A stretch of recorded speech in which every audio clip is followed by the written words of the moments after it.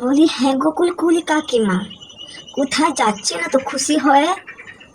আমি আমার বাপের বাড়ি যাচ্ছি, বাপের বাড়ি যাচ্ছি। তাই নাকি?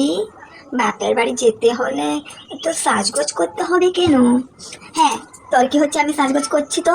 আমি সাজগোজ করতে পছন্দ করি। এই যে কানে দুলটা দেখতে পাচ্ছি, সেটা আমার বর এনে দিয়েছে। কত টাকা লেগেছে জানিস সেটা?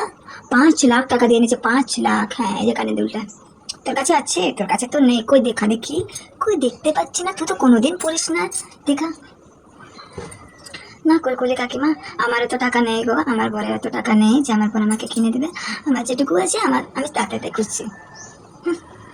কথাটা এমন বলে যেমন ভাজা মাছ উল্টে খেতে জানে না। শোন, আমি আমার বাপের বাড়ি যাচ্ছি, তুই একটু আমার বাড়িটা দেখবি। চট্টর আসলে একটু ওকে মারবি, ফোন করবি আমাকে, ঠিক আছে? আমি আসলে তোকে 20 টাকা দেবো, 20 টাকা। আমার বাড়িটা একটু দেখবি, কি আসছে কিনা একটু নজর দিবি ভালো করে, ঠিক আছে? হ্যাঁ গো হ্যাঁ, কলকলি কাকিমা, আপনি চিন্তা করবেন না, আমি দেখবো আপনার বাড়ি, আমি দেখবো। তাই এত টাকা? 20 টাকা দিবে বলছে কিপ্টে। যত সব কিপ্টে আমার কপালেই জুটেছে। বলছে কি 5 লাখ টাকা কানের দুল।